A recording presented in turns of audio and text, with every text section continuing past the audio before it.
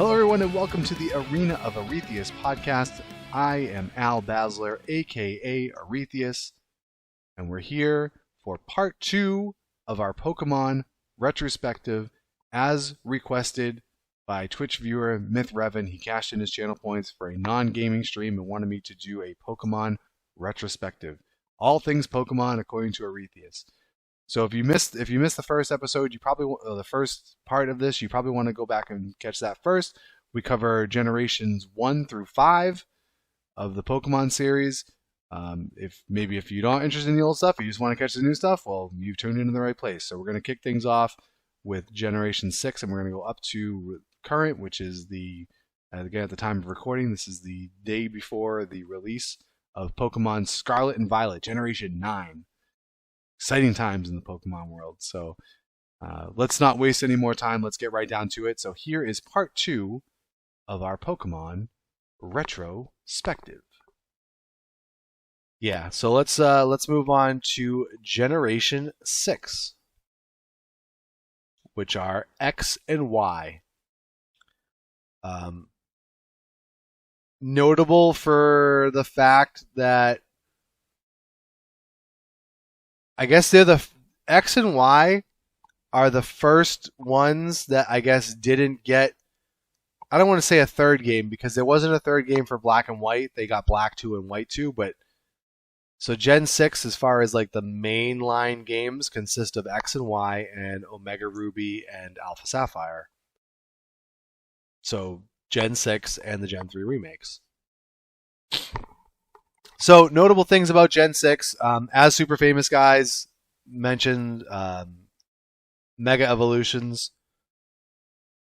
We'll touch quickly on that, and we'll touch on that in a second.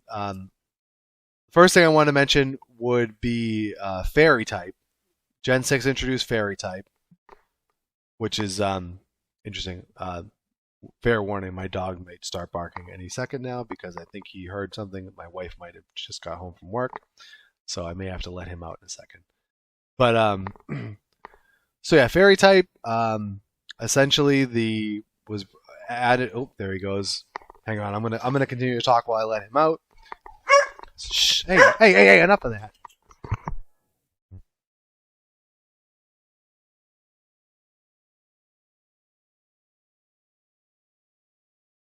Sorry, I tried not to mute, but he was barking too much. So Fairy type was brought in as the kind of anti-dragon type, which didn't really exist until then. It gave an actual decent check to dragons, which after 5 generations maybe was more than warranted. Fairy type was kind of cool. I actually remember, it's funny, before they actually announced the Fairy type, we kind of got a glimpse. They had announced Sylveon, but they didn't say what type it was. Like, they had just shown like a picture of it, and it was like, oh, so we knew it was a new evolution for Eevee, but we didn't know what type it was. So there were people that speculated that it might have been normal type because of its coloration, because it was kind of pinkish, and so like pink sometimes is often normal type. I think there were some people that thought it might have been flying type because of like its ribbons, like, oh, it might be flying. And then they ended up revealing that it was a new type. And I think people like one of the speculations was that the new type was going to be called Light. It was going to be Light type. I think I remember hearing as like a rumor. Super Famous Guy saying he thought it was going to be flying. Yeah. So, but then they revealed that it was in fact Fairy type. So, I think a fine addition to the game. No real complaints about that. Interesting that they, as they did when they introduced Dark and Steel, they essentially retconned some of the older Pokemon, like Magnemite, Magneton became, part Steel type, and so certain Pokemon got their types retconned to be Fairy type, like Azumarill, Snubbull and Gramble, and Clefable. Ones that make sense. Like Wigglytuff, But yeah, so Clefable lost his normal type, sadly. I mean, I don't know if that's sadly. I think it does just fine as a fairy type. So anyway, so yeah, so then the big one, the real big one is Mega Evolution. There are a lot of people who are gigantic fans of Mega Evolution. They were so sad when Sword and Shield did not have Mega Evolutions. I am not one of those people. I constantly have this come up on stream when someone will talk about, oh, Mega Evolutions, that was the best mechanic. I wish they would bring back Mega Evolutions. No, thank you. And the main reason why I thought that the idea behind Mega Evolution was fine. The problem that I have with Mega Evolution is that I felt that Mega Evolution was somewhat limiting in your team building, in the sense that there were only a finite number of Pokemon that were capable of Mega Evolving. And it felt like you had to include one of them on your team, or you were potentially putting yourself at a disadvantage. Not to say that you could not compete with a team that didn't have a Mega Evolution on it, but it felt like if you didn't have one, that you were putting yourself behind the eight ball a little bit. And that is something I am never a fan of. I mean, not that in a competitive standpoint that you're always going to have Pokemon that are, frequently used more than others. And it doesn't, we're not even talking about just Pokemon, anything. Things that are deemed to be the best or the most effective are always going to be the one that people go with. But I'm never a fan of things that make it so that you feel like you need to include something or else you can't compete. And so Mega Evolutions to me fall into that category, and I'm fine with them being gone. I feel like every mechanic that they've introduced after did not have that same problem. So I like them. I don't want to say better, because they each had their flaws, but I didn't feel like they limited creativity as much as Megas did. So I'm fine with them being gone. They were whatever. Don't get me wrong. I enjoyed the hell out of using Mega Venusaur. I used it on a lot of my teams. It became one of my favorite Megas to use. But, yeah, it's it is what it is. That's the way I feel about Megas. And again, I know my opinion on this is definitely well in the minority. Most people, by and large, love Mega Evolutions and wish it would come back. But I'm not one of those people. Super Famous Guy says Rayquaza was the only Mega to hold an item, unless you count Ash Greninja. Oh my God! Don't get me talking about Ash Greninja. Come on! Now that you disrupted everything, come on back up. Come on, Chippa. My dog. Don't get me started on Ash Greninja. That is the dumbest form of a Pokemon ever put into a game, and I will say that until the end of time. And that includes Pokemon like Cosmog that are essentially useless Pokemon. Hold on, I'm trying to get my dog out of the blanket. Here, get out of the blanket. There you go. Lay down, buddy. Super Famous Guy says, what about Gigantamax or the Signature Z moves? You can kind of make that argument for those, except for the fact that you could not include a Gigantamax Pokemon and you still had Dynamax options. you could not include one of the signature Z moves and you still had Z moves. You could not include a Mega Evolution if you did not have a Pokemon capable of Mega Evolving. So it's not quite the same. And you can even make the argument sometimes that some of the Gigantamax Pokemon are worse than their regular version Dynamaxed. So it's not an apples and oranges comparison. So Mega Evolution is a thing. It's a thing that a lot of people love, and I'm not sad to see it gone.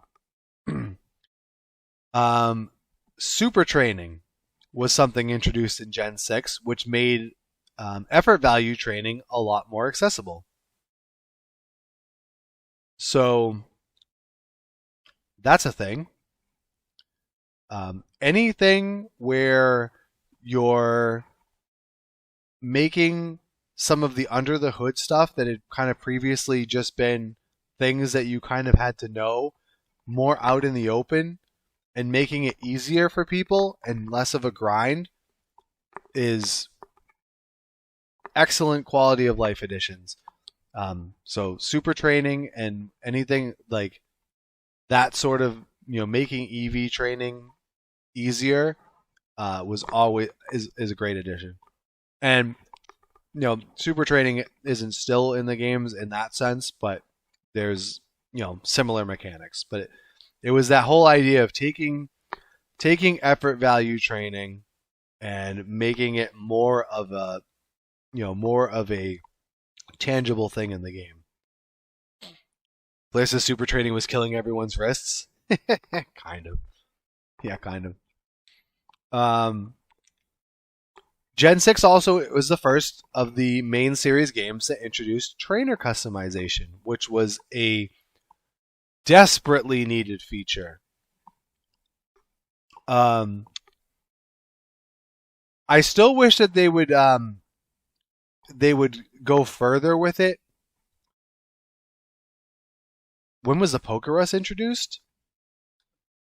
That's a good question. I can actually look that up. It's been I want to feel like it's been at least, it might have been in every game. Let's see, Pokerus. Looks like maybe Gen 2 was the first to have it.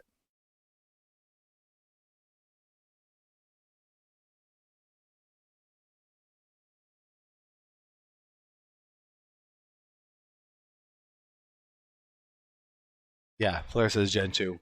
I don't think it wasn't in Gen 1, but been almost as far back as you can remember. So, going back to trainer customization. So, trainer customization, it's awesome. I mean, just being able to create your character a little bit customized, make it more personal. I mean, always a fan of that. I mean, you guys know, I'm a big City of Heroes fan. It's been pretty much all I've streamed now for like the last several months. And one of the big draws of that game is the character creation and the sheer volume of customization options. And Pokemon could do with even some more. I would love to see them take every style, every whatever, and make it color swappable. Like, you get a shirt and you can just alter the colors on it. And so you could have it in whatever color you wanted. Like, let's get down to like super customized. But I will take what we have. Like, it's much better than what it was before. And then the last thing to mention about Gen 6 was the advent of Pokemon Bank. Now, granted, back in Gen 3, they did have Pokemon Box, which was kind of a separate storage system that you could do. But this was the first online one. And it was also the first one you had to pay for. But for those of us who collect a million things, it was totally worth it. Well, we'll pay for that. It's fine. Plus, it gave you another way to transfer things.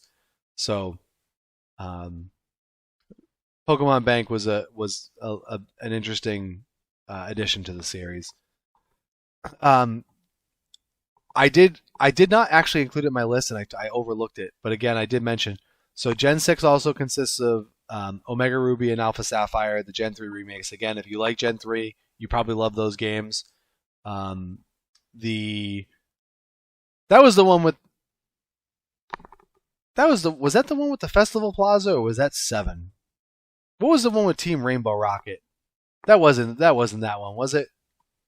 Or was that was Ultra Sun and Ultra Moon? I don't. Now I'm getting all my games confused. Someone will correct me. But yeah. So okay, Sun and Moon. Okay, so yeah, so that was Team Rainbow Rocket was there. For some reason it was sticking out to me, um, but yeah. So Omega Ruby, Alpha Sapphire were actually. I mean, as far as remakes goes, they were pretty good.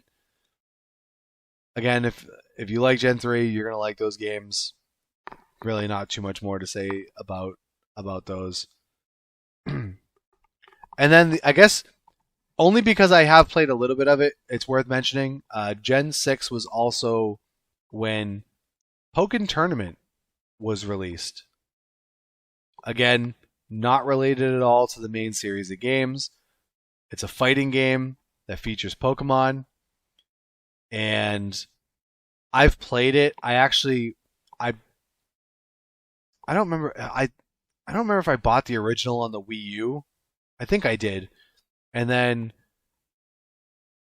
I got. I think I had the DX version. Right, that's the Switch version gifted to me.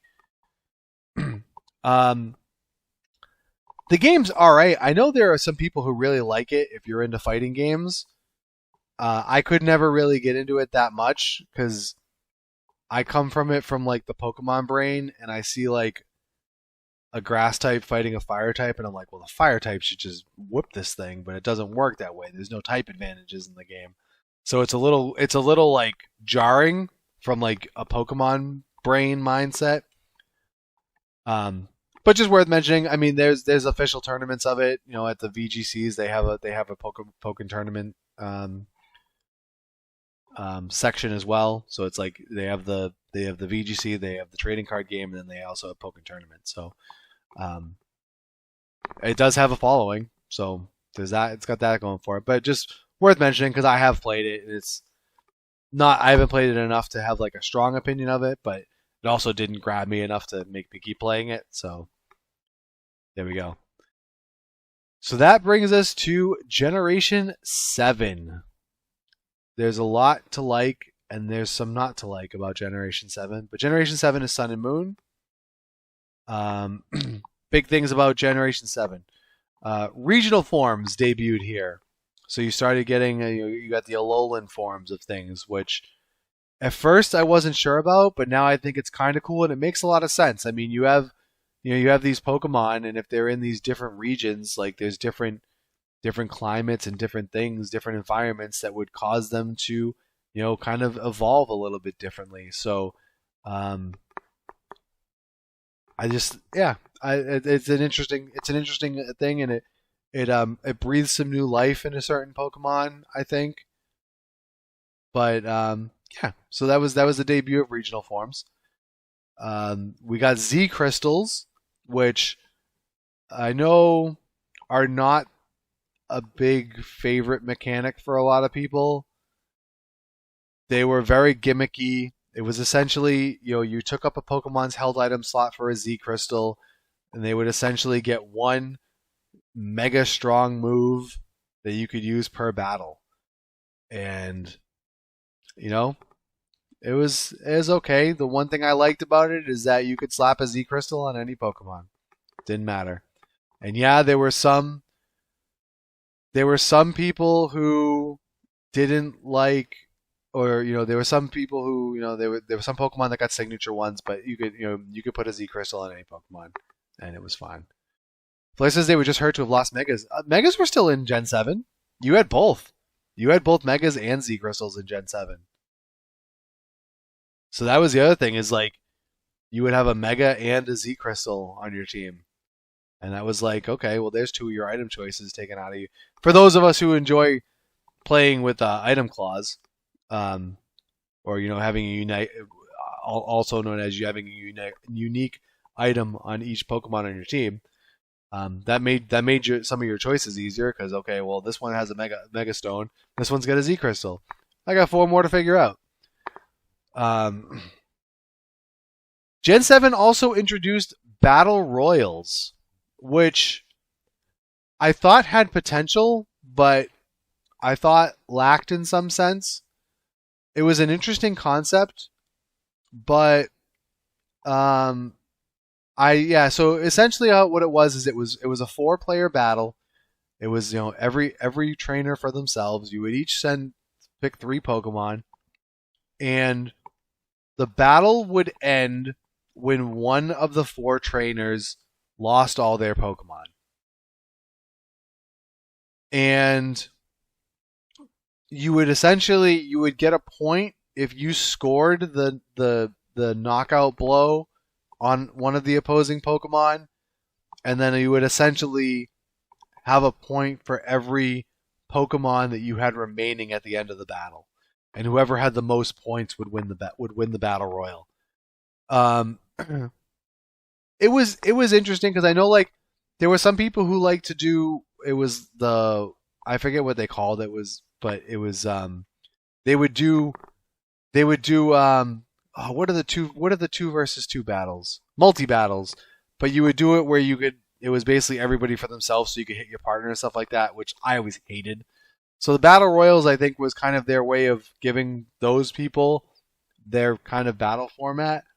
But it was just weird because again, it would only last until one person lost all their Pokemon, and it was more about like there was a decent level of strategy involved because you had to try and make sure that like maybe you had a type advantage, but if you couldn't one-shot that Pokemon that you had the type advantage on, maybe you were better off attacking a weaker Pokemon, and then speed factors in. Would you get your attack in before somebody else attacked that weak Pokemon? So there was a decent level of strategy involved in it, but it never really caught on. Flair says Battle Royals were only beaten by rotation for the worst battle style.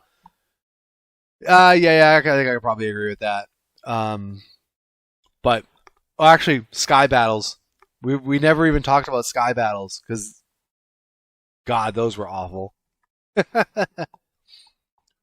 I don't even remember when those were a thing. Was that Gen 5 or Gen 6? Maybe I was Gen 6. I don't know. I was never a fan of those. It basically could only... What are Sky Battles? Super famous guy says. All right, now we have to talk about this because I really don't remember the specifics because I hated them.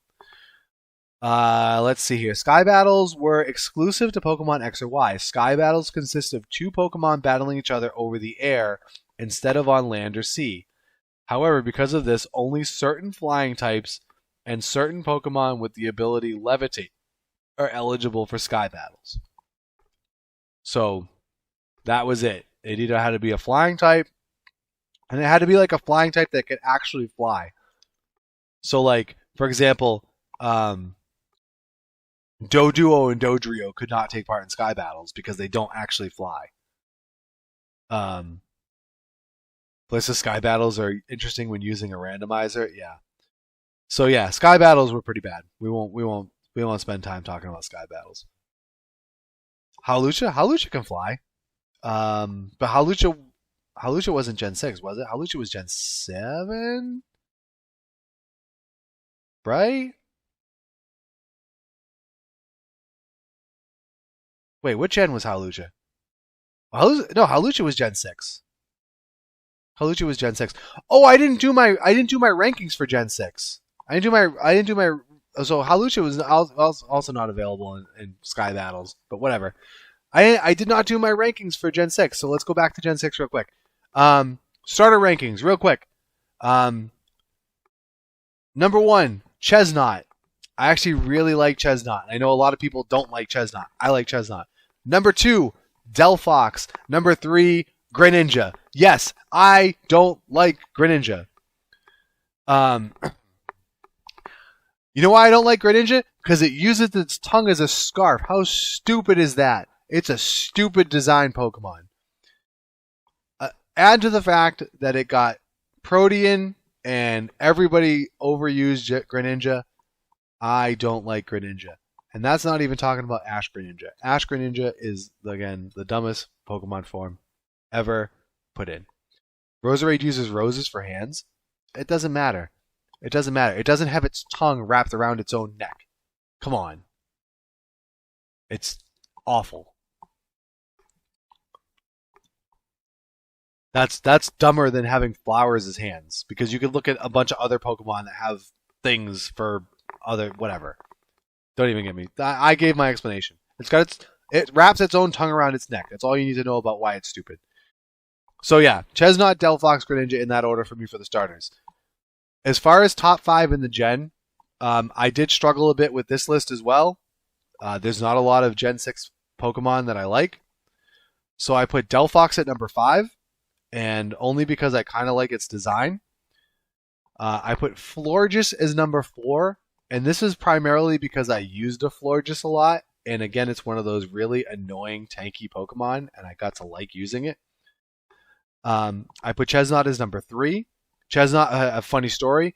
I tried to breed a shiny Chestnut, and literally, like legit, breed a shiny Chestnut, and it took me something like 2,400 eggs, and then I was up at something like 2,000. I finally got one, and it didn't have the hidden ability, and I was like, oh no.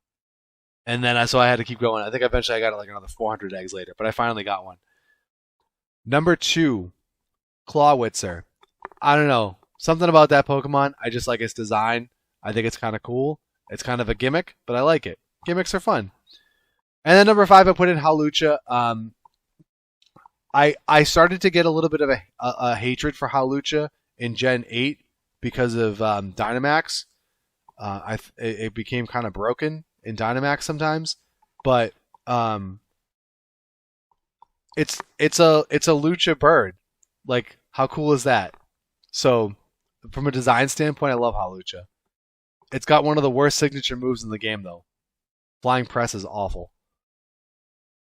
Flair gives his 5. Tyrantrum, which I thought about including, but I didn't. Avalugg, which it's, I guess, cool and tanky, but it's just a giant iceberg. I'm not a huge fan.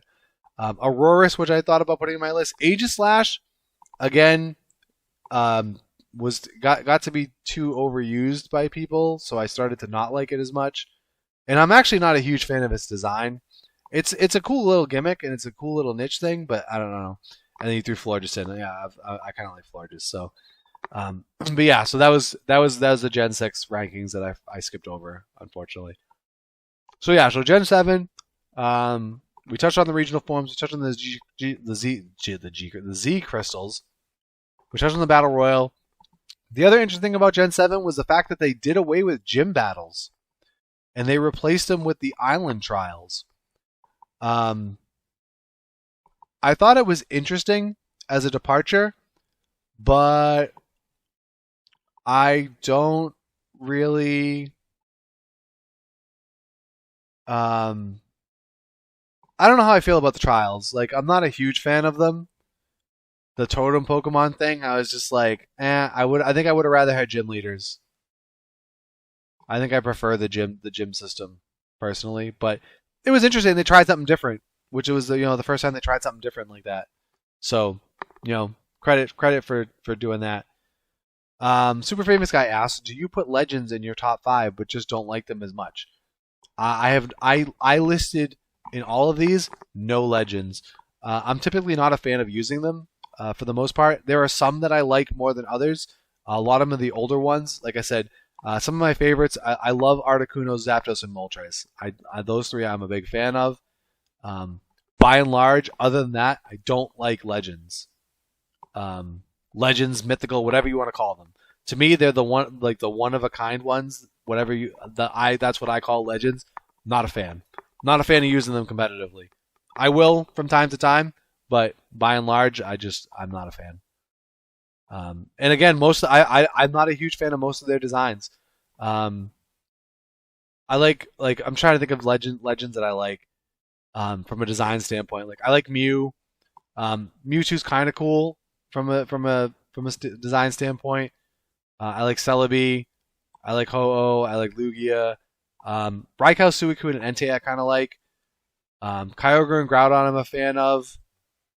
And it starts to stop there. I like the Ultra Beasts, but they should be legends. There's multiple. I guess you could make that argument. You could make that argument, but I don't like the Ultra Beast. I think they're all pretty much hideous. So yeah, by and large, I'm not a huge fan of the legends, generally speaking. That's the point. They're aliens. Yeah, I guess I don't like I don't know. I don't like the fact that they're hideous. Aliens come by are ugly. I guess I haven't met too many aliens myself. So so yeah, so those are the big things from Gen 7. Touching on the starters. So outside of outside of the Gen 1 starters, the Gen 7 starters might be my favorite as a trio. I'm a big fan of all three of these. So I ranked them this way, and again, take this with a grain of salt because it's really nitpicking, and I do enjoy all three of them. I went Decidueye, Incineroar, Primarina. Um, I like I like the aesthetic with Decidueye with like the archery thing. I think it's kind of a cool looking design. I it is. I do feel it weird that they went grass ghost with it because I don't really get it, but whatever, it's fine. Incineroar is cool just because I like wrestling and he's kind of a wrestler, so it gets bonus points for that. The one criticism I have of Incineroar, and I will always have forever and ever and ever, is its Z move. Its Z move is called Malicious Moonsault. The animation of the move, he does not do a moonsault. If you are not familiar with moonsault in wrestling, it is a move where you stand away from your opponent, facing away from your opponent, and you do a backflip and you land on the opponent, flat on the opponent on the ground. When Incineroar does his malicious moonsault, he stands facing the opponent. I'm a visual learner. Can you show us? No, absolutely not. First of all, I don't have enough room in here. Second of all, I would break my neck. So when Incineroar does the malicious moonsault, he stands facing his opponent, and then he does a front flip, like two or three front flips. It's like a 1080 splash, not a moonsault. So that's my only gripe with Incineroar. For the again, if I could do it, I would do it. I would totally show you. I can't do it. Flair says, me and you are an audience for critics. Yeah, fair enough. And then this Primarina. I actually kind of like Primarina. I actually love Primarina's Z move. I think it's sufficiently wacky that you get this gigantic orb of water very slowly going across the screen towards the opponent. It's like this gigantic Death Star of water is an impending doom coming at the opponent. I think it's hilarious. The other funny thing about Primarina's Z move, as a funny footnote, so back in the day when we used to do a lot of leagues and tournaments, the old Ion Pokemon League and some of the other events that we would do, back when the Versus Recorder was a thing, I used to get all of the battles from our leagues and tournaments, and I would record them and upload them to YouTube. So, little known fact, we actually used to have, and it's still up there. I haven't disabled the account. There is an Ion Game Corner YouTube channel, and maybe if I think about it, I'll link it in the description when I put this up on YouTube. And if you go up there, all of those battles are still up there. There's no commentary. I didn't commentate them. It's literally just recording from the game, and I would add some graphics sometimes and stuff like that. So that stuff is all still up there. But whenever someone would do Primarina's Z move, the video would get flagged for copyright infringement. There was that particular animation was flagged for copyright by Pokemon, and you would never lose it. Like I would fight the violation every time, and they would never respond. So the video would just eventually get, it would be unflagged. But it's every time. So I used to start putting a disclaimer up. Like I would put a image up over the Primarina Z move because I was gonna get sick of dealing with it. But then I never had the videos taken down, so I was like, whatever. Flair says you can see me in some of them. Yes, you can. Flair is one of our longtime Pokemon battlers. So that's my rankings for the starters. Top 5. This was another one I struggled with. A top 5 for Gen 7. We're looking at going from 5 to 1. I put Incineroar at 5.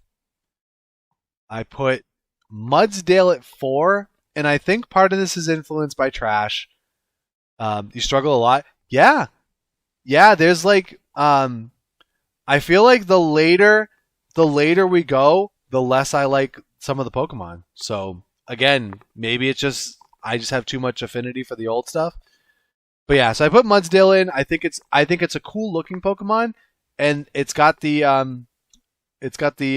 fun added aspect of the stamina, which is kind of a unique niche for it. So I'm a fan of Mudsdale. I threw Decidueye in at 3, even though I never use it a ton, but I like I said, I kind of like the design of it. 2 is an interesting one, again, because I was struggling here, and I put this in, and I have a little bit of an affinity for this because of the PAX Pokemon League. Minior, which is not a great Pokemon. If you're not familiar with Minior, because you're like, oh my god, what is Minior?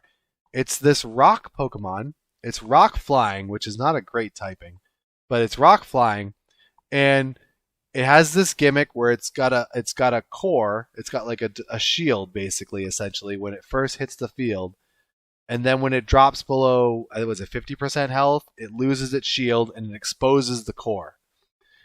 And there were six different color of Minior that you could cores that you could get, and you wouldn't know which color it was until you actually got to the core. So I actually made a PAX Pokemon League gym leader team one year of all Minior of different colors, and I had a different move set for each one, and it got really difficult. Some of them were really wacky. Like one of them, just because I always wanted to do it, I did a defense curl rollout set. I did some fun. It was fun. It was really fun for me. I really enjoyed it. It wasn't a great team, but it was a lot of fun to put together. So I always have I have fond memories of Minior. And then my number 1, I put Lycanroc, but I specified the Dusk form. I kind of like the Dusk form of it. I just think it looks kind of cool. I don't mind the regular form of Lycanroc, but I like the Dusk form a lot. I mean, I guess if you look at it all together, now I'm struggling here. I'm looking up Lycanroc right now. So it's kind of a toss up. I like the midday form too. I think the midday form and the Dusk form to me are similar enough in design. Just basically the coloration, there's a little bit of a difference in design. The midnight form to me is just like a departure, but it looks like it's rabid. Yeah, it does. It does kind of. And I don't hate it, but I like the other ones better. Just personal preference again. Let's see. Flair gives his rankings for Gen 7. 1 Salazzle, 2 Minior. Interesting. You have Minior on the 2. I'm kind of surprised by that. 3 Mudsdale, 4 Vikavolt, and 5 Araquanid. Araquanid's fine. I'm not a huge fan of it, but I'm not offended by it. Vikavolt's interesting. I kind of like it, but it's also weird to me. Like, its design is kind of weird to me, but I do kind of have fun using it. It surprises me. I guess I didn't picture you as a Minior fan, but whatever. Um, Super Phoenix Guy says Vikavolt's my favorite in the gen. I mean, its special attacks. That's the thing is, it doesn't. A lot of people don't use it, so they don't realize that its special attack stat is absurdly high. But I mean, it's not great. So if like it's also on the slowish side, which is somewhat rare for an electric type.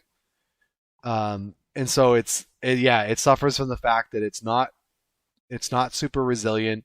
It doesn't have like a great defensive typing, and it although electric's not a terrible defensive typing because the only thing that hits electric super effective is ground. So, and Vikavolt has levitate, so it avoids ground type moves.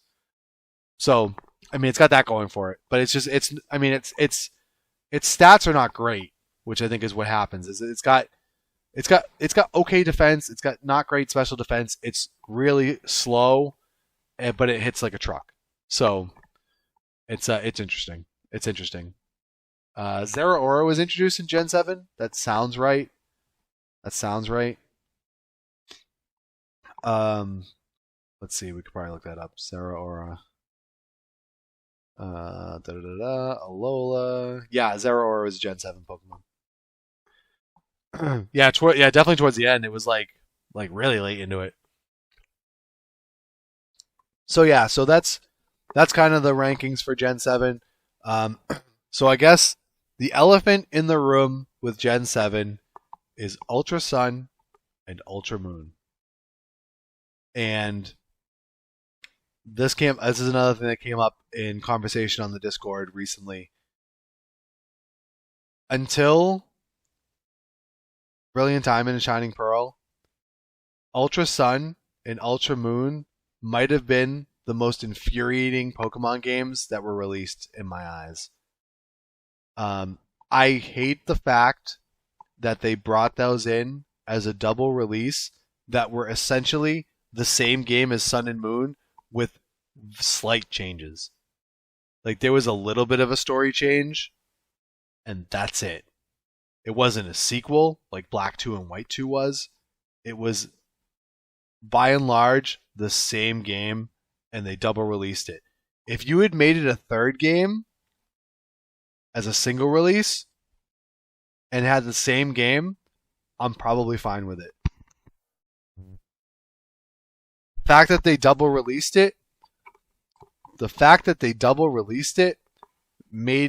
kind of gave you the impression that it was going to be more than it was, and it just was, I think, one of the worst cash grabs in Pokemon history, and that covers a lot of ground. Oh, Arcanhelm is here. What are you talking about? Finding building stickers is a huge difference? No. I don't think I even bothered with that at all.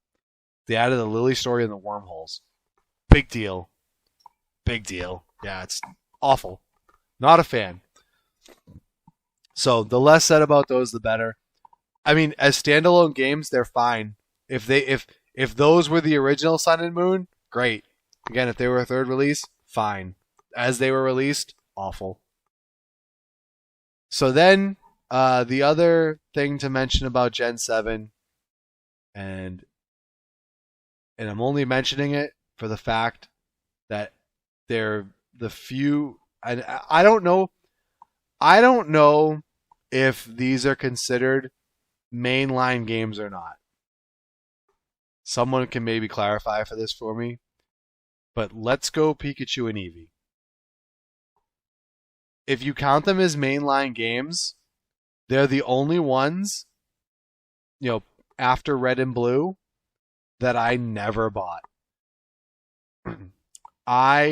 They're mainstream, yeah, but I don't know if they're considered mainline. Like if they're part of they're not considered mainline. Good. They shouldn't be. So, it's interesting. I have Go here listed in Gen 8. Was Go in, because Go had to be Gen 7 if these games were Gen 7, right?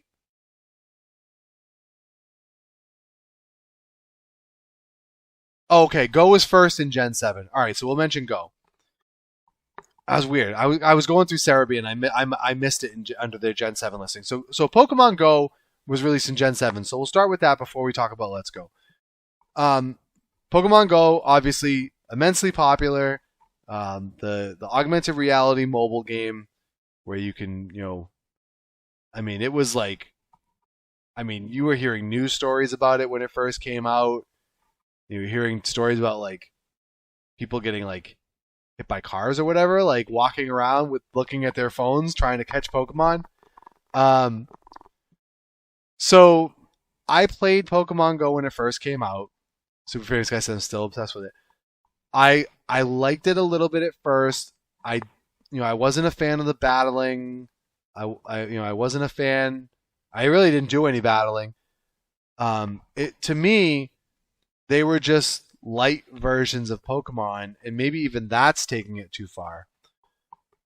It was a nice little diversion, cool little thing to do with your phone. The only problem, and when I realized, I was like, well, this is kind of dumb.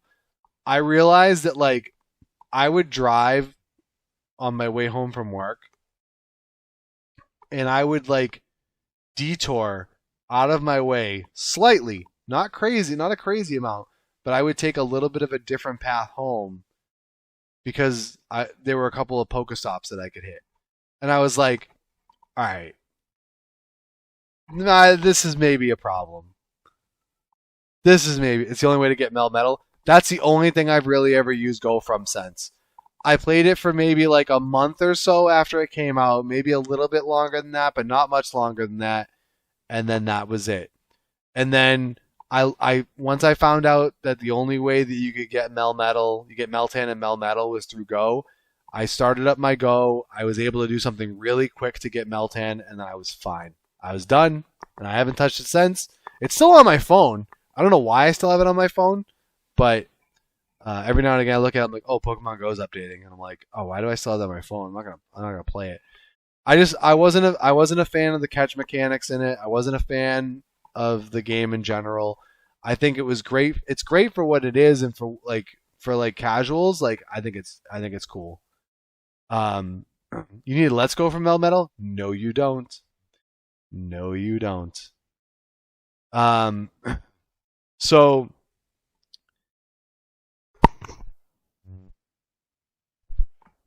I got Melmetal through Home, and it wasn't through Let's Go. Home did a thing where they gave away Melmetal, I think, if I remember correctly.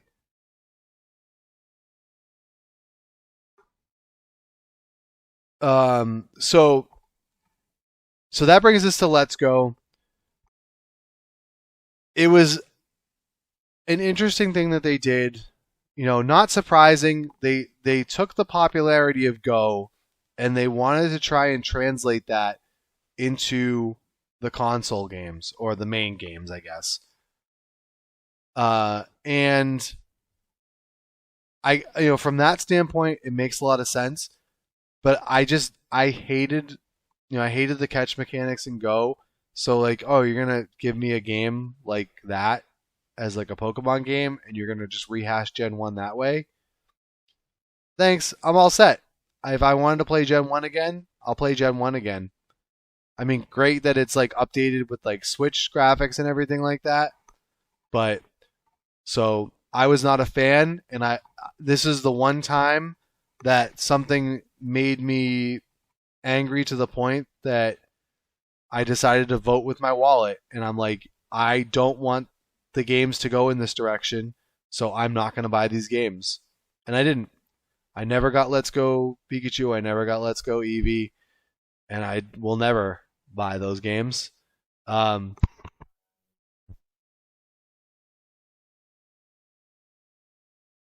Even where there was the thing in Sword and Shield where if you had Let's Go Pikachu and Eevee save data in your game, and you would get the Gigantamax Pikachu, right? It was Pikachu and Eevee you would get that way.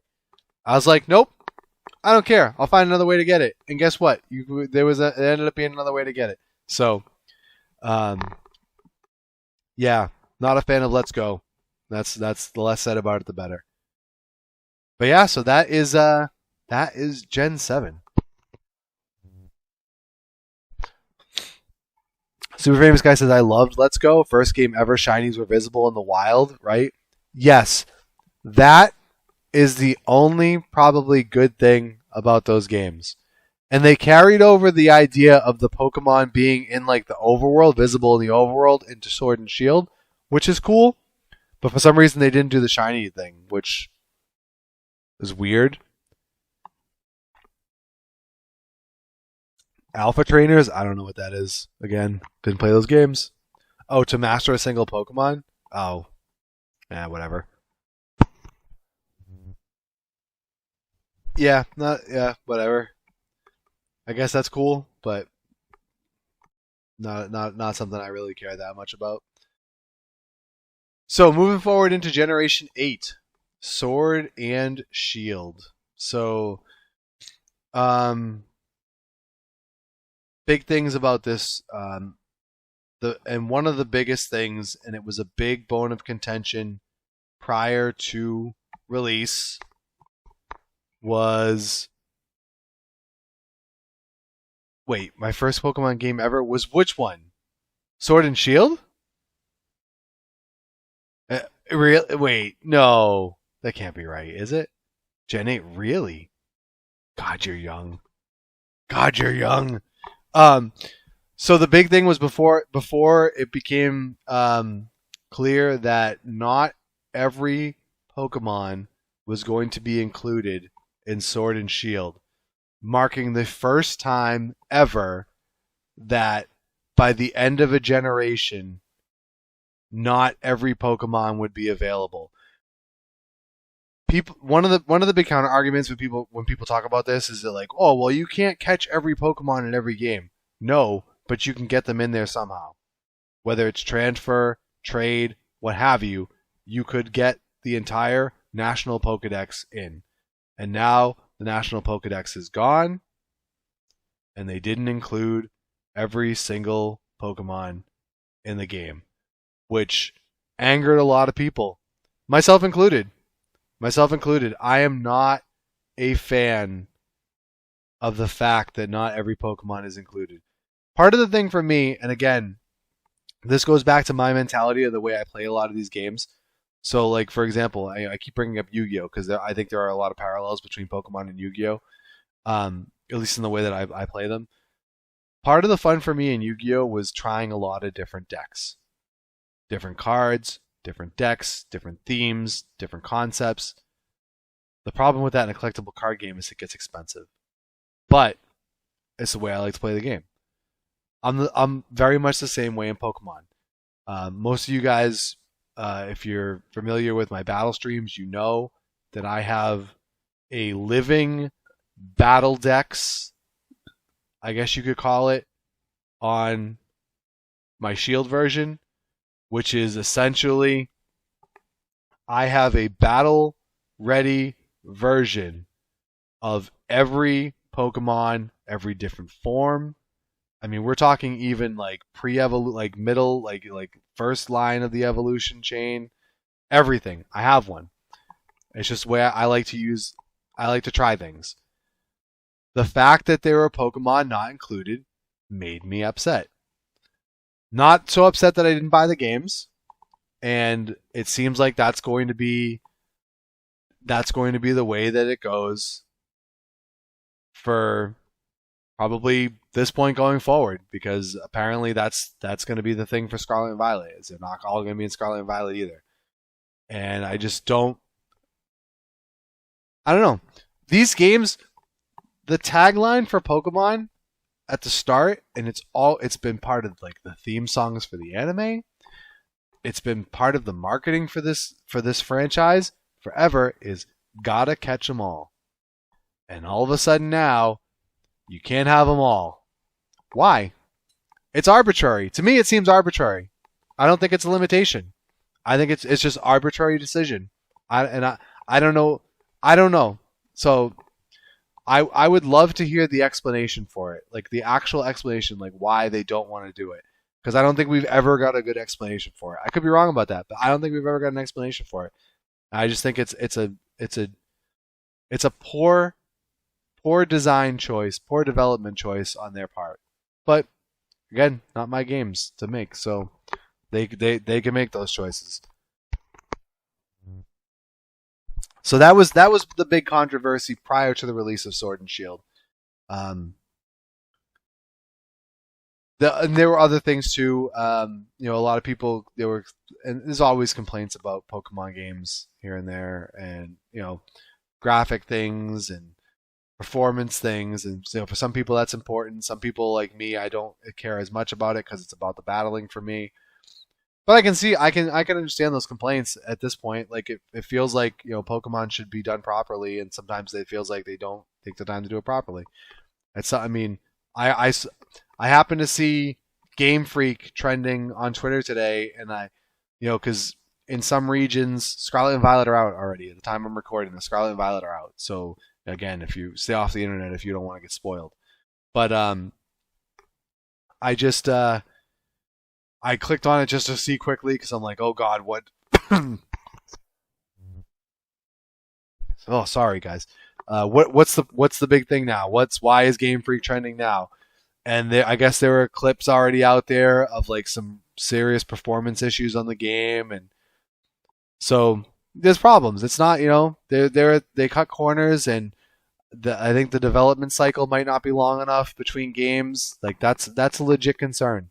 I think there's a legit concern there, but that was another one of the gripes for people right before as things started coming out. But what are you gonna do? People are gonna complain.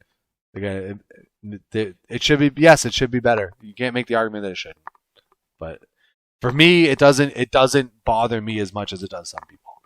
I've never been a big graphics guy. You guys know I'm a retro gamer. I still play an MMO that was from 2004.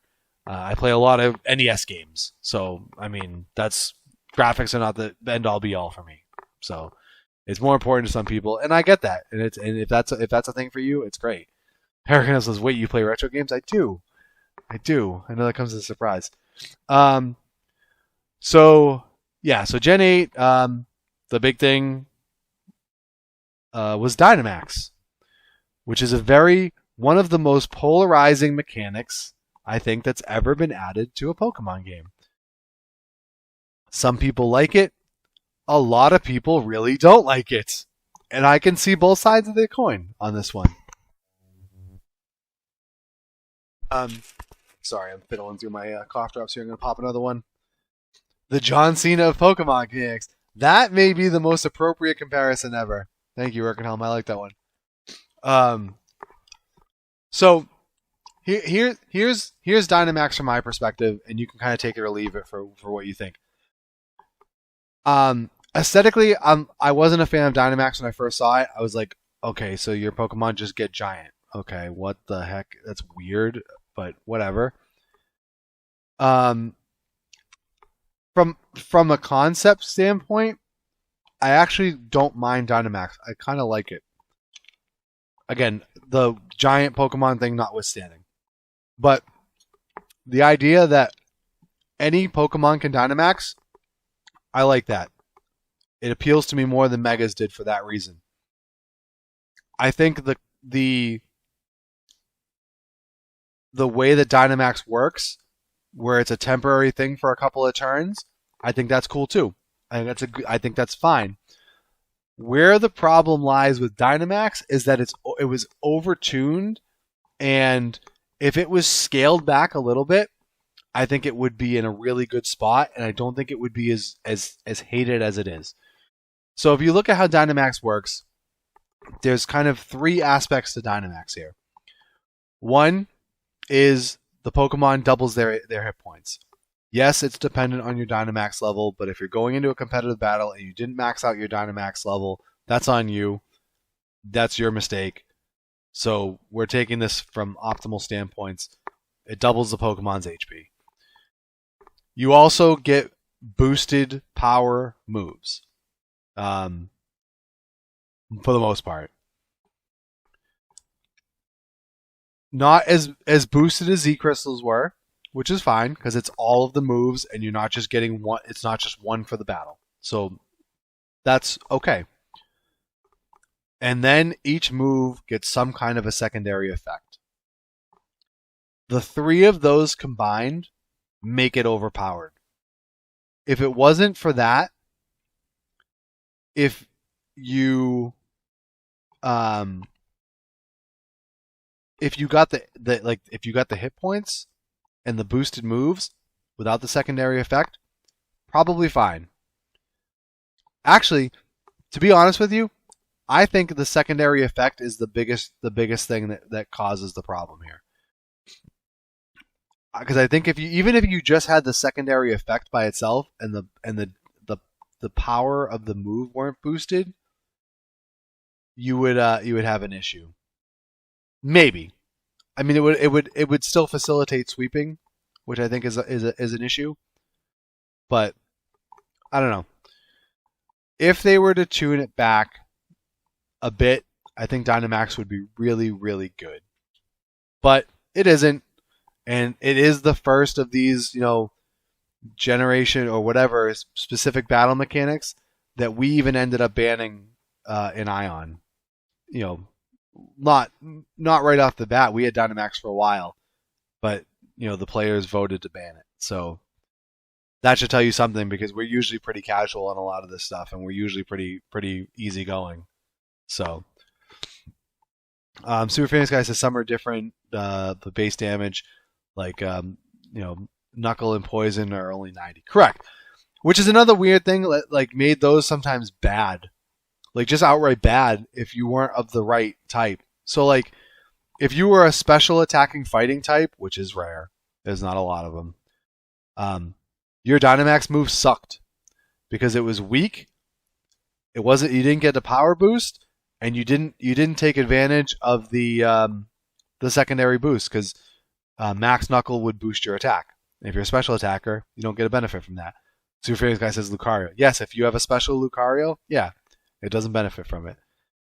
Same thing if you have a physical poison type, and there are a lot more of those. Max Ooze is only 90 base damage at its most, I think. Maybe 95. There might be some with 95. I don't remember. But you get a boost to your special attack. So if you're a physical attacker, you don't get you get a sometimes even a weaker move than the one that you're replacing in the like instance of Gunk Shot, right? And you don't benefit from the secondary effect. So they're essentially like just bad. It's just bad to use. So yeah, Dynamax, very polarizing. Like a lot of people really hated it. I think it had the potential to be good, but it just was, just not balanced correctly. Which, to be fair, Pokemon has never been a game that's been balanced well, and you can make that argument until the cows come home. That's why, a system like Smogon has with tiering has such reverence to it for a lot of people.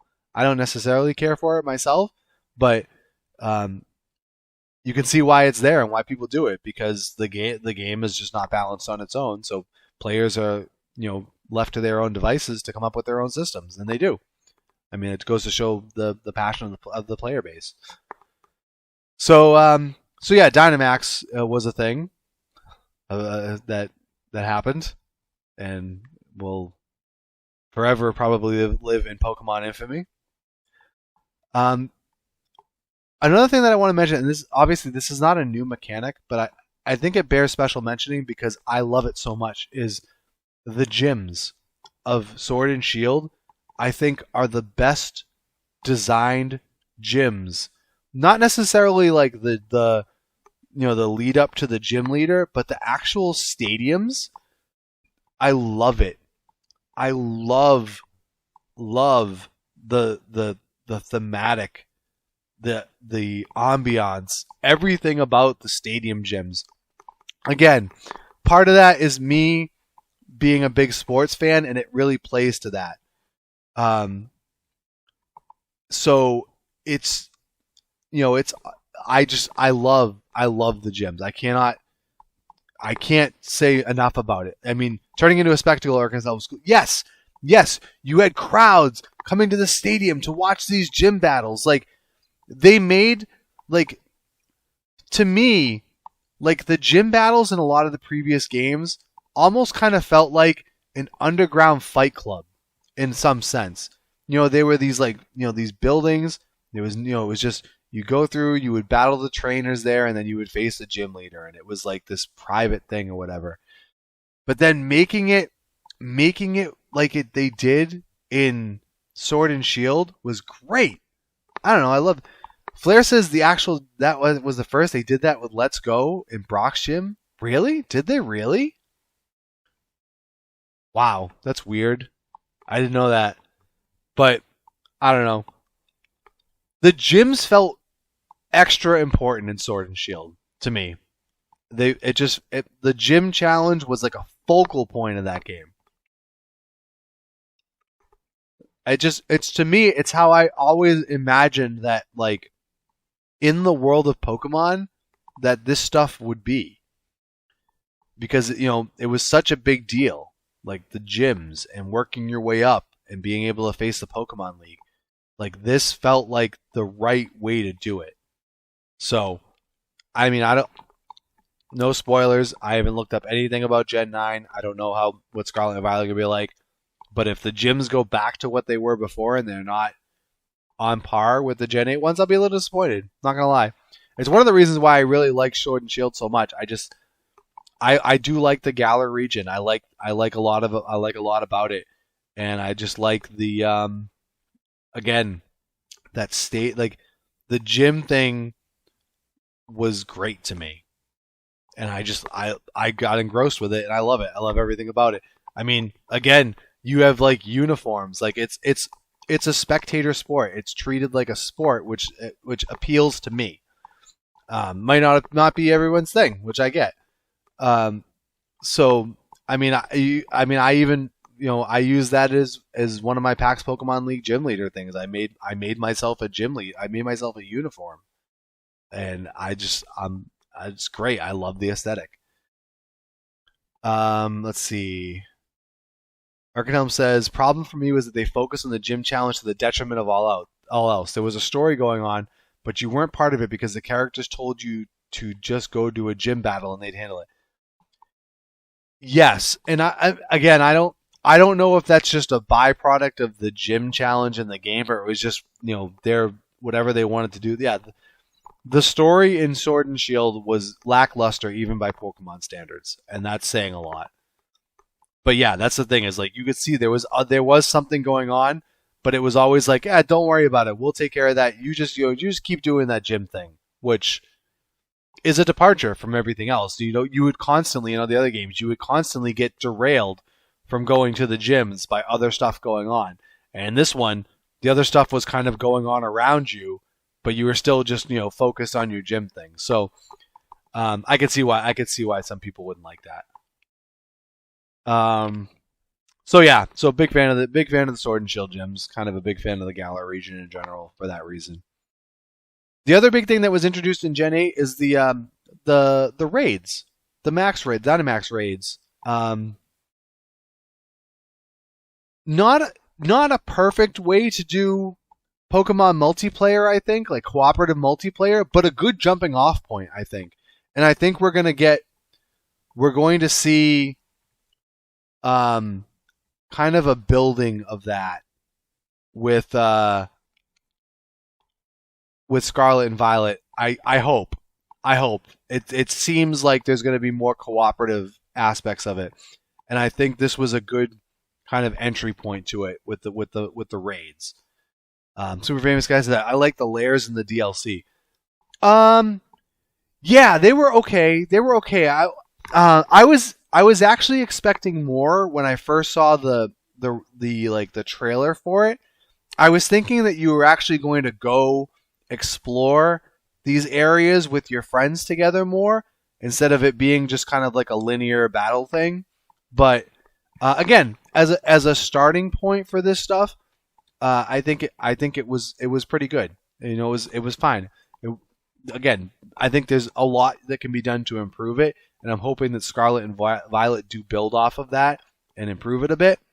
But we'll have to see. Flair says throwing a bone to Go players. Oh, with the raids, I guess. I don't know much about the raids of Go because that was again I wasn't in it long enough to care about any of that stuff. Super Famous Guy says increase shiny odds. So that's good for people who care about shinies. True. People like me who don't care about shinies, they're like whatever.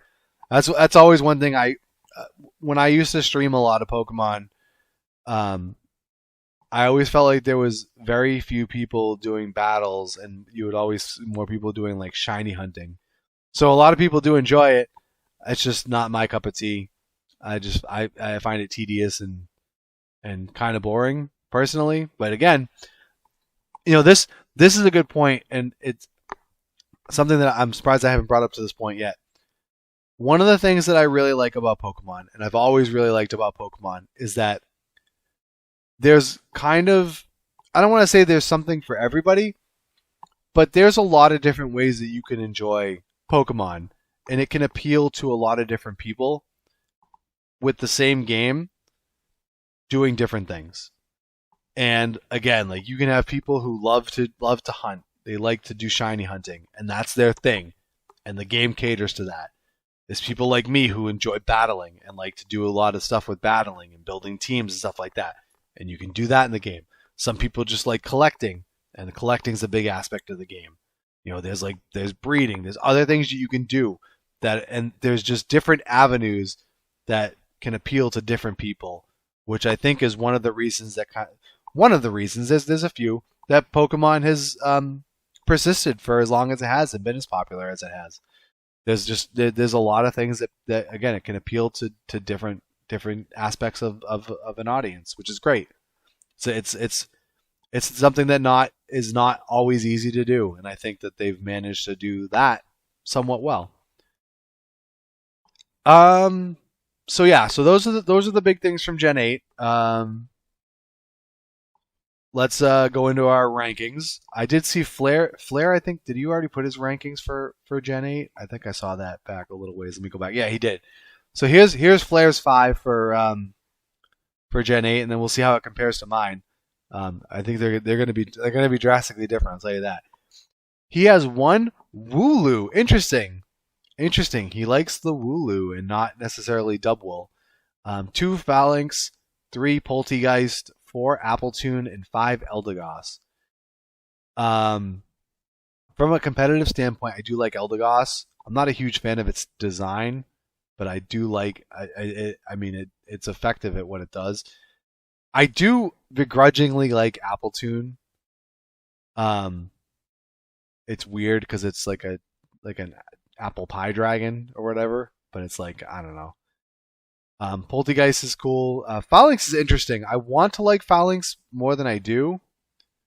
I don't know how I feel about its design. It's very quirky, and I do kind of like that. And then Wooloo is Wooloo. I mean, you can't argue with Wooloo. Oh, Flair posted it again for me. I have to scroll back, but thank you. Superfan says, "Are we doing Gmax forms?" No, because I'm actually not a fan of a lot of Gigantamax forms. They go to that thing to me where it's like you're doing too much. Like Blastoise, for example, that's basically like an aircraft carrier with the fortress of cannons. Like, Jesus, what are we doing? So, I am. It's a lot easy. Like, I don't. Yeah, there's not a lot of Gigantamax forms that I actually like. I can't really think of too many off the top of my head. I don't know. Not a fan. Not a fan. Toxtricity is cool. I think base Toxtricity looks 10 times better than Gigantamax Toxtricity. So anyways, ranking the starters. This is interesting. I think the Sword and Shield starters are decent, like decent to good. I put them in this order. I go Rillaboom, then Cinderace, and then Inteleon. So I like the design of Rillaboom a lot. I just think it's cool, and this has nothing to do with like, Grassy Glide and Grassy Surge and it being like kind of OP and super useful in like doubles and even in singles. I'm just kind of a fan of its design. Cinderace, I actually like its design a lot. The whole soccer rabbit thing, I just kind of think is cool. It takes a hit for me because of how popular it got when it with Libero, and so it does lose a little bit of points just for that, which is not necessarily fair, but it is what it is. And then Inteleon is third. Base Inteleon I think is fine. It's okay. It's not great. It's not terrible. It's just kind of there for me. Gigantamax Inteleon is ridiculously stupid. I hate it. It's one of the worst. But we won't even talk about that because we're not. That's not what I'm here to rank. So then, Blair says there are a lot of well-designed Pokemon this gen. I can kind of agree with that. I did struggle a little bit with picking a top 5 of ones that I really like a lot, but it also to me there's I don't have a lot that I love in this gen, but I think that there's not a lot that I really don't like. So I think it's got that going for it. It's but here, so my 5. Oh, before I get to that, super famous guy put in his 5. Toxtricity, Amped. Which one's that one? I don't remember which one that one is. Phalanx, Dreadnought, really, Inteleon, and Wooloo. Yellow. Oh, what is? Because what's it? It's purple and yellow, and then purple and blue, right? Is that the? Do I have that right? Is that the coloration on those two? I always only remember the yellow and purple one because I think that's the one you see more often because it's got the nature that most people would use.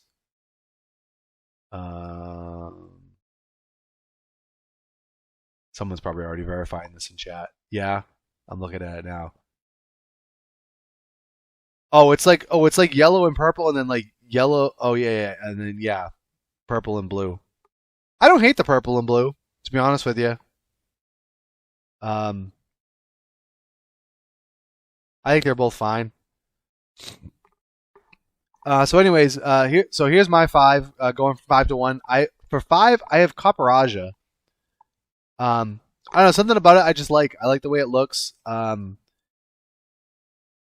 There's some really kind of fun things you can do with it, even though you don't see a lot of people use it.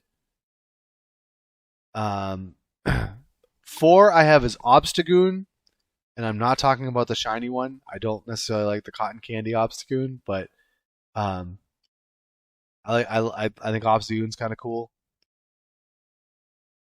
Looks like it took a 9 to 5 and came home to 3 kids. Oh, still talking about Toxtricity?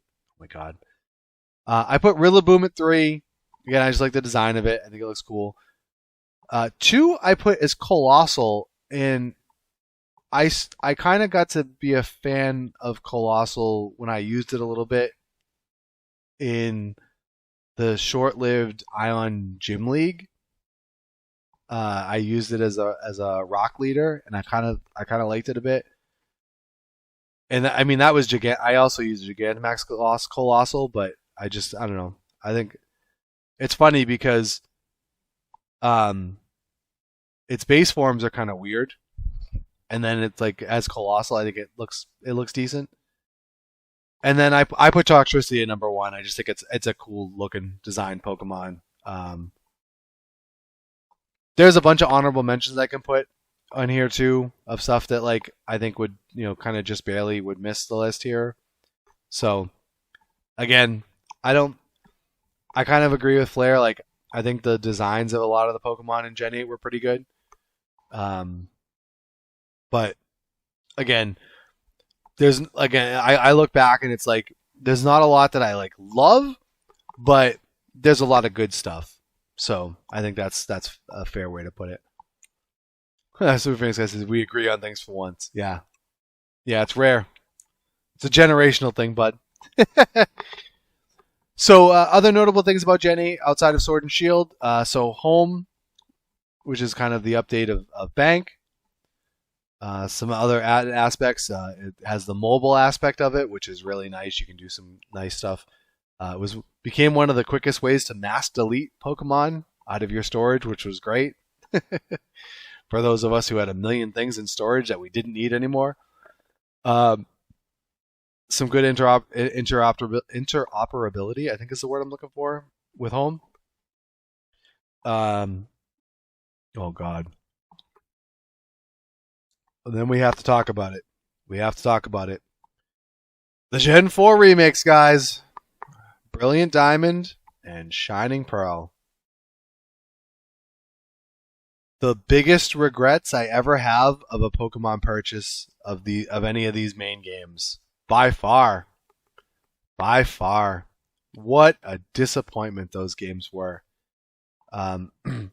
Nobody wants to talk about this. Player says, let's not say we did Super Famous Guy. I don't want to talk about this.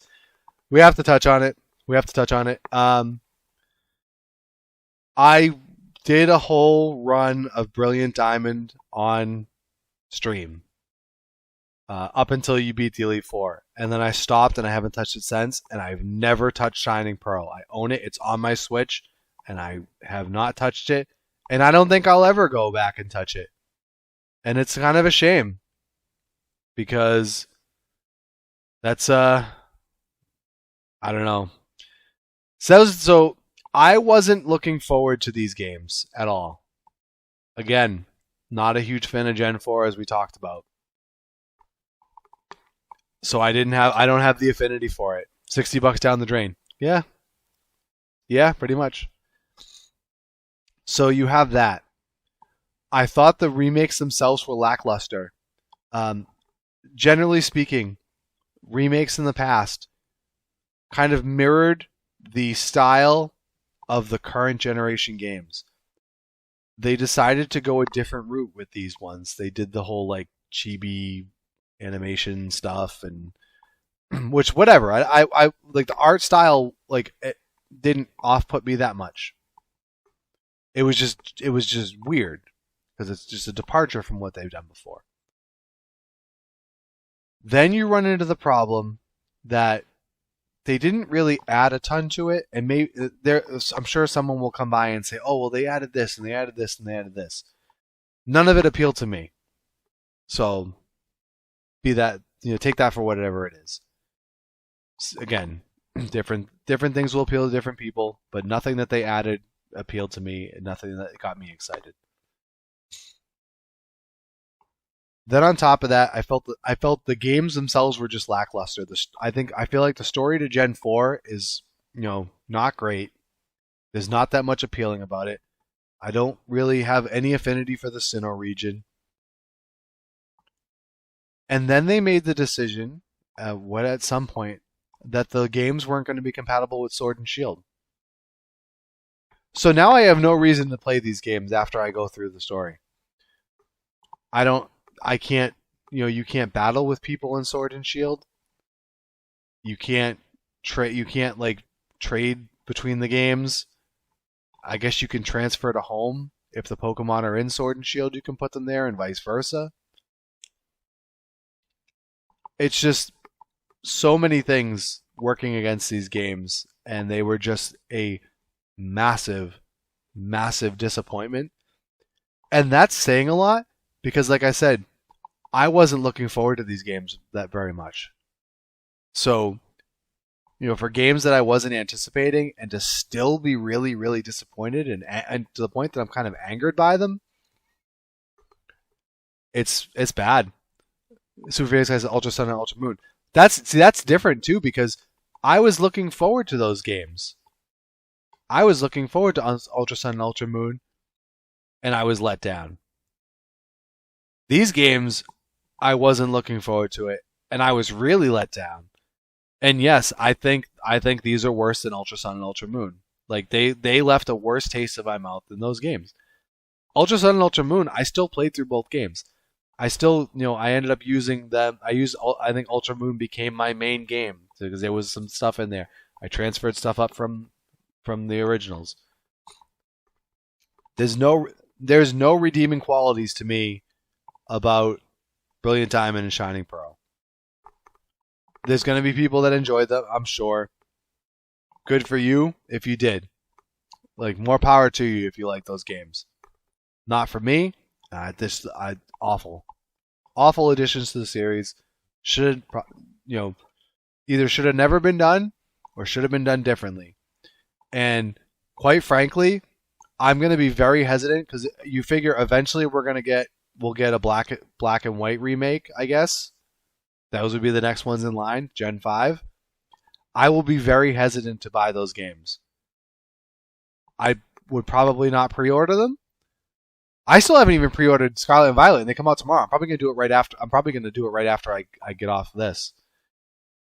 But yeah, I don't know, man. It's rough. It's pretty rough. So it's definitely the worst taste that I've had in my mouth after playing a Pokemon game. So they got that going for them. Congratulations to Brilliant Diamond and Shining Pearl. A couple more things to hit for Gen 8.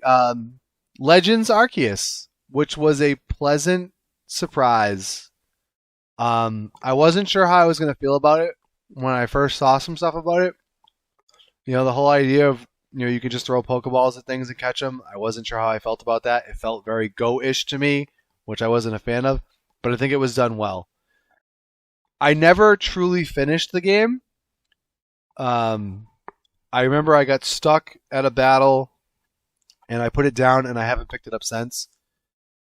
It's one of those games that I could potentially see myself going back to at some point to try and finish things. I would be especially drawn to go back and do some stuff if I knew that some of the regional forms in that game were going to make appearances in the mainline games. I would be very much motivated to collect them and get them. But if it ends up being standalone, I would be probably less likely to. But there was a decent story to that game. It was fun. It was there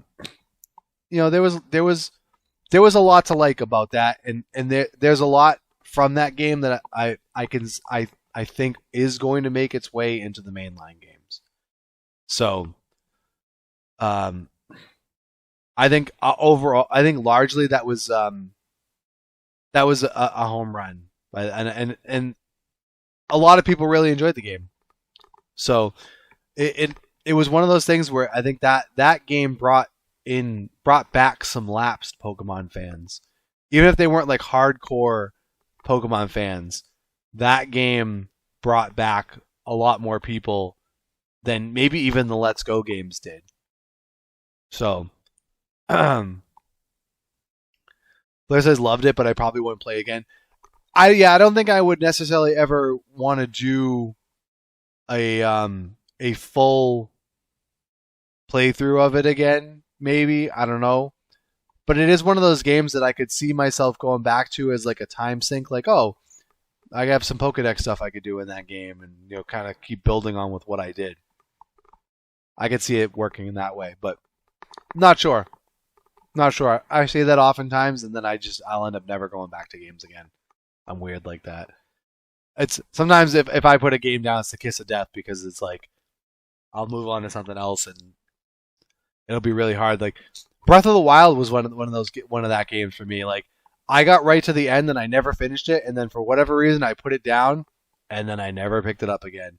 And I keep saying I should go back, and now I'm so far removed from when I played it the first time. I feel like I should like go through it from the start again. And I know that I would enjoy parts of it, but there's parts of it that I wouldn't enjoy. Like I've never been a big puzzle guy in games, so having to go through all the shrines again would be kind of annoying to me. But that's just an example. That's sometimes again it's the kiss of death. If I put a game down, forget it. Super Famous Guy says Hisui and Zoroark is coming to Unite, so maybe it might be coming to Scarlet and Violet. Interesting. I don't know. Well, so yeah, we'll touch on Unite a little bit. I mean, I don't play Unite anymore. I played it a bit when it first came out, and I like League of Legends. I that the MOBA style, I enjoy that kind of a game. And Pokemon MOBA sounds great. It's why I tried it. It was a free to play game, which is always great. Um, and I think for what it was, it's fine. The problem for me is that I look at it and I can't I can't play that game when I look at that, and I would go, if I would rather be playing League of Legends if I'm putting time into a MOBA, because I just like League of Legends more. So that's where it comes from. It's the same. It's the same mentality I have with, like I mentioned, with card games. Like I'm playing Yu-Gi-Oh because when I used to play Yu-Gi-Oh, um, I had a friend who would play Magic the Gathering a lot, and he would always try and get me to play Magic, and I'm like, no, I'm playing. I like Yu-Gi-Oh is my game. If I ever quit Yu-Gi-Oh, maybe I would consider getting into Magic, but it's like the same thing with MMOs. Like MMOs, I play City of Heroes. It's hard for me to try and pick up another one. I enjoyed Final Fantasy 14. If I had friends that were playing Final Fantasy 14, I wouldn't mind playing that game again. But then I look at it and go, why would I play this game when I know I like City of Heroes more? So that's kind of my mentality. Maybe that says something about the way my brain works. I don't know. Superface Guy says, me and Mythrevan are trying to get back into it. They should make the map look bigger. And Flair says, you should look at the map first. Yes! Oh, map awareness. Map awareness in MOBAs. It's a thing. It's a thing. And some people just don't have it. So yeah, I mean, I think Unite's fine. Unite's totally fine, but it's just not something I'll end up probably playing again. I don't know. Maybe I would jump back in at some point, but I can't see it right now. Like, new season of League of Legends is starting. A lot of changes in that game. I'll just end up going back to there. So it's also your first MOBA. Yeah, that's the thing. A lot of people, that's the first time that they do things. So yeah, so that's Gen 8, guys, and with that, like, that is, that's where we're at. We are, again, some regions are already have Scarlet and Violet out. For me, we're about 3.5 hours away from Gen 9. I don't want to get too much into Scarlet and Violet because I only know what's been revealed, so I can't really talk too much about it. I guess the open world aspect of it seems kind of cool. The fact that it's not necessarily as linear of a story. There's a couple of different things going on in the story. You can kind of do them in whichever order you want. I think that's kind of cool. For me, maybe I might struggle with that because, again, the way my brain works, I go point A to point B to point C a lot of times. So having like the options, I don't know how I might struggle with that a little bit, but we'll see. We'll see, because I'm gonna be playing it on stream, so you guys will witness it with me. I think whenever you give people more options, I think it's a good thing. Let's see, other things that we know. Terastallizing, the new mechanic. I'll have to see how it actually works in practice. I think it could be good. I think as a mechanic, going into it, I think it could be better than. I think it's probably going to be better than Dynamax. I might like it a lot. Aesthetically, I think it's awful. I hate the way it looks. The fact that they have these like crystal flower things or whatever growing off of them, I think is ridiculous. If you look at it, and if they just made it so that the Pokemon looked like a crystallized version of itself, I think that would be a lot better. Aesthetically, it's a nightmare. Yeah, I agree, Flair. I agree. I just don't like the way it looks. But if the mechanic is done well and it works well in battle, and it's not something that you have to either work your way around when you're doing your own kind of like events and stuff like that, I might be able to overlook the way that the aesthetics of it. But I don't know. I think it looks terrible. I think it looks terrible. But what are you gonna do? Changing typing is gonna be interesting. Yeah, that's the thing. Is so these things they're gonna change type depending on like their Terra type or whatever. So it creates some interesting strategy things. You can catch people off guard because you can have the same Pokemon and its Terra type is different. So I think it opens up some options, which I think it could make some interesting strategy things. It can be like a hidden power, I guess. Hidden. I don't get me started. Like hidden. I always hated hidden power, but I mean, if this is a better way of doing hidden power, then great. But we'll have to see. We'll have to see how it works. I mean, again, we'll all find out. If you haven't already found out, we're gonna find out soon. So. Outside of that, I don't think I have there's not too much I think that I want to really get into. Again, I just want to, just experience them and, some of the stuff that's revealed looks, fine. I'll have to, wait till I experience it. I'm trying not to go in with too much of an expectation. That's kind of the way I'm looking at it. Just take the games as they are, and we'll see how I enjoy it. That's going to be the big thing. Is I will say this, and I've mentioned this a few times on stream when people have asked me about the games coming out, and right now, and I think a lot of the blame for this does actually fall on Brilliant Diamond and Shining Pearl in my experience with them. But my interest in Pokemon is right now as low as it has been maybe since I've started playing. I've had times here and there where I've kind of taken a little bit of break of the game. Never quite like this. Never quite like where I am right now. And I'm hoping that Scarlet and Violet, fix that. I'm hoping that they reinvigorate my interest in the series because I have been playing it for so long. We're looking at we're coming up on 25 years that I've been playing these games. Jesus, that's ridiculous when you think about it. And to the fact that things change, things change. It is what it is, but I mean I generally enjoy the battling aspect of it, and I'm hoping that these games kind of rekindle that fire. And even if it's to the point where I don't necessarily want to do leagues and stuff like that maybe we bring back a battle stream every now and again, or that becomes a thing, and it's just something that I get interested in doing again because I did enjoy it. I genuinely enjoyed it a lot, so I'm hoping that happens. Super famous guy wants me to rank box legends. I don't know if I want to do that. I started talking about them, so again, I guess we'll go through them quick. Lugia and Ho, I like a lot. Groudon and Kyogre, I like a lot. Dialga and Palkia, I don't like. Reshiram and Zekrom are fine. Xerneas and Yveltal, design-wise or whatever. Geomancy is stupid.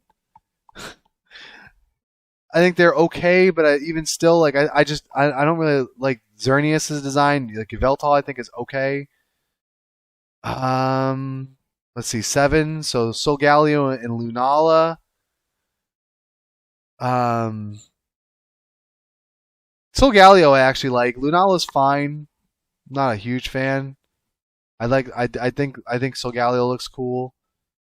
And then what are we looking at? Gen 8 is, oh my god, Zamazenta and Zacian. They're whatever. They're fine. I think they look stupid in their super forms, like the Zamazenta especially. I think in their base forms they actually look better than their actual powered forms. And then I don't know about the Gen 9 ones. Are they even the box legendaries, or are they like you start with them or something weird like that? You ride on them, right? I don't know. I don't want to. We'll get into Gen 9 more when I actually play it. I'll have a better opinion when I actually go through it. So, sure, Swordward and Shieldbreak. Yeah, let's not get into those two clowns. That was, oh my god. Anyway, so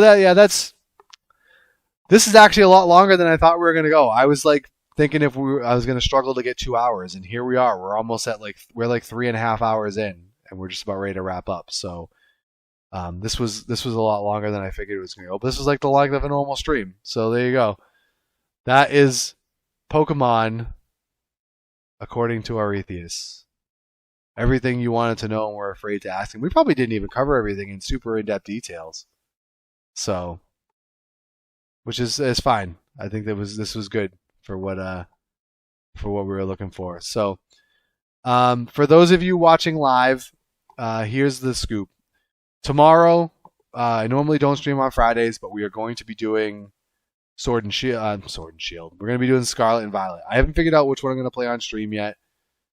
I think, I don't know. I'm not going to say anything.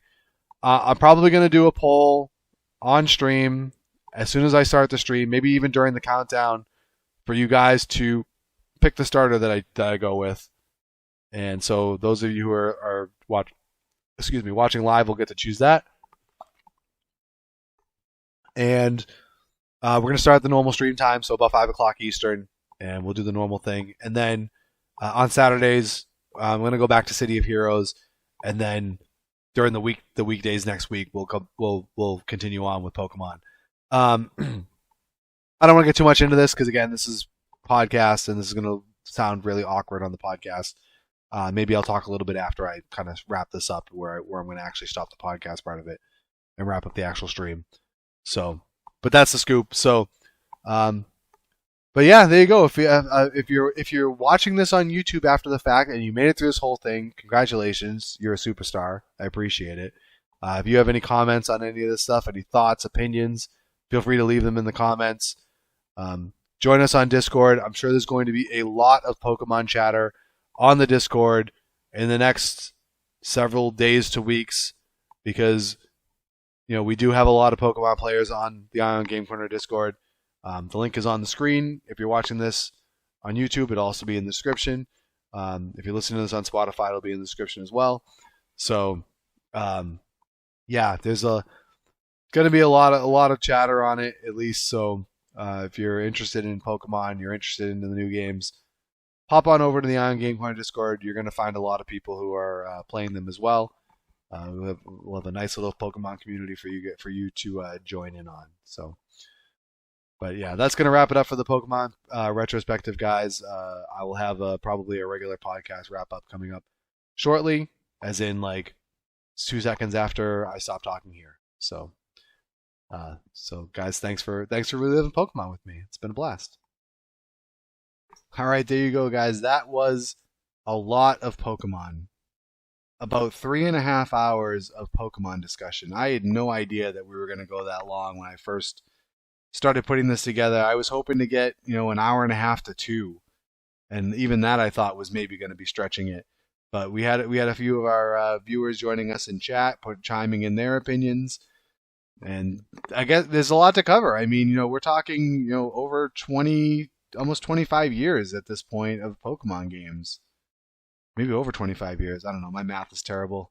I was in a math major. But yeah, a lot of Pokemon, a lot of ground to cover, and we covered it all. And not even in a lot of in-depth detail, too. I mean, we could have gone, each generation of Pokemon, we probably could have done, at least a good, 45-minute or so episode on if we really wanted to. So, there's just a lot there. So, I hope you enjoyed it. Again, if you have any thoughts or opinions on any of the stuff that we talked about in either episode, or just if you're watching on YouTube, you can leave a comment. If you're listening to this on Spotify, you can hit me up on Twitter. You can join one of my Twitch streams and kind of just drop a comment in chat there, say I listened to the podcast, and man, your opinions suck, or whatever you think. I'm down to hear it. So. Again, before we get to the plugs at the very end, I don't know what the future of the podcast is going to be. Again, this was kind of just a thing that happened because of a Channel Point cash in. I was doing regular episodes for a little while there, and then I just life kind of got busy. I was doing a lot of softball, and it was just getting between softball and still trying to maintain a regular stream schedule. It was just hard for me to find time to record, especially where, I could have done a lot of solo episodes, but I think it's probably better for you guys when I have somebody else. If I'm doing the live ones on Twitch and I have chat to bounce off of, that's one thing.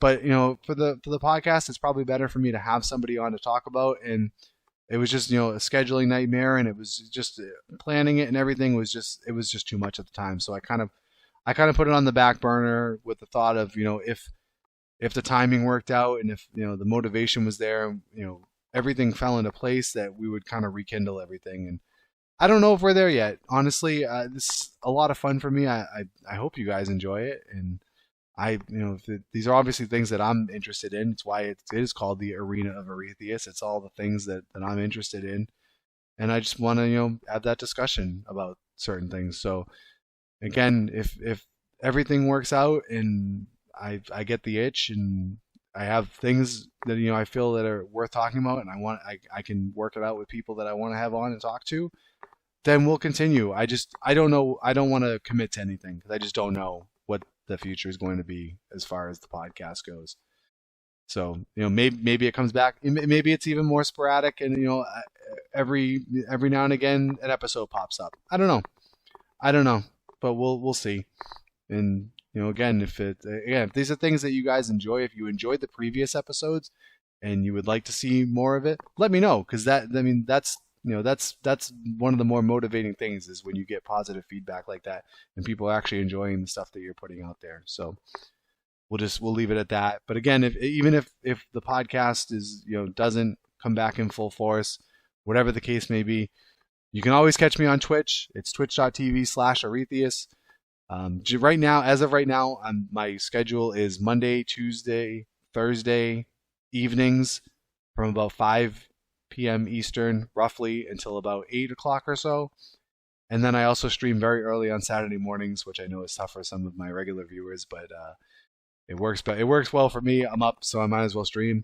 I usually start about 6 o'clock in the morning, and I go until at least 10 o'clock. I try and go for about 4 hours on Saturdays. So right now, again, like I mentioned last episode at the end, I'm doing a lot of City of Heroes. We're going to transition into the Pokemon stuff with the playthrough of Scarlet and Violet. And who knows where it goes from there? Like I mentioned, I think I mentioned it during the actual retrospective.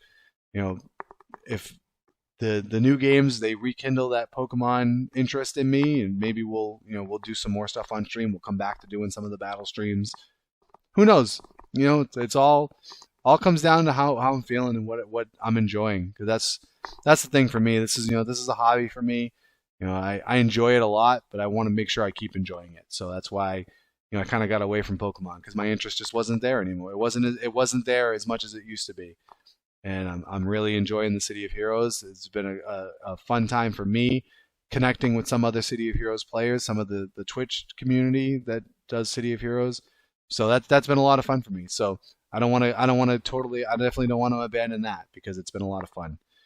And that's that's kind of just where I'm at. Just want to be honest with you guys and let you know where I'm at with that stuff. But that's the scoop. So aside from Twitch, you can catch me on Twitter. It's @Aurethious on Twitter. Again, I don't tweet a whole lot, but generally it's a good way to keep up on my streams, things that are going on. Occasionally I have something that moves me enough to actually tweet something, but I always say I need to get better at it, and I never do. So I'm old, I guess. I'm at that point. I don't know. Maybe social media has passed me by. I don't know. I hate to say that because I don't feel old. And then you can always also catch me on the Ion Game Corner Discord server. We have our friends, our content creator friends like Trash and Treasure, Zexios, Kagone, all doing fun stuff on Twitch, some YouTube stuff here and there as well. Also, every Wednesday night, if you're into pro wrestling, Zex hosts an AEW Dynamite watch party on the Discord server. He gets a couple of people together usually, and they'll watch Dynamite together. They'll talk about it. It's a good time. I'm eventually going to get to that point where I can join those. I'm so far behind. It's right now, as I'm recording this again, it's November 17th, and I'm currently watching AEW from February of 2022. I'm so far behind. I will get caught up. That's my goal. I will get caught up, and I will join these Discord watch parties at some point. I don't know when that'll be. I don't know. But anyway, join the Discord server, guys. It's a lot of fun. Sometimes we have some gaming groups and everything going on as well, so check it all out. It's a good place to just hang, talk some games, talk some other stuff, and just have a good time. So you can always catch up with me there as well. But all right, guys, that's going to do it for this episode of the podcast. Where it goes from here, who knows? But until next time, thank you for listening, watching, however you are enjoying this medium. I appreciate it a lot. Again, as always, leave me some comments. Whatever fancy floats your fancy. Are we gonna say that? I don't know. I'm rambling. It's been a long day. I literally just recorded for about 4 hours on the stream, and now I'm trying to do this so I can get this out as early as possible. So thank you guys for staying with me with this. I appreciate it. And we'll catch you next time, whenever that may be, on the arena of Aurethious.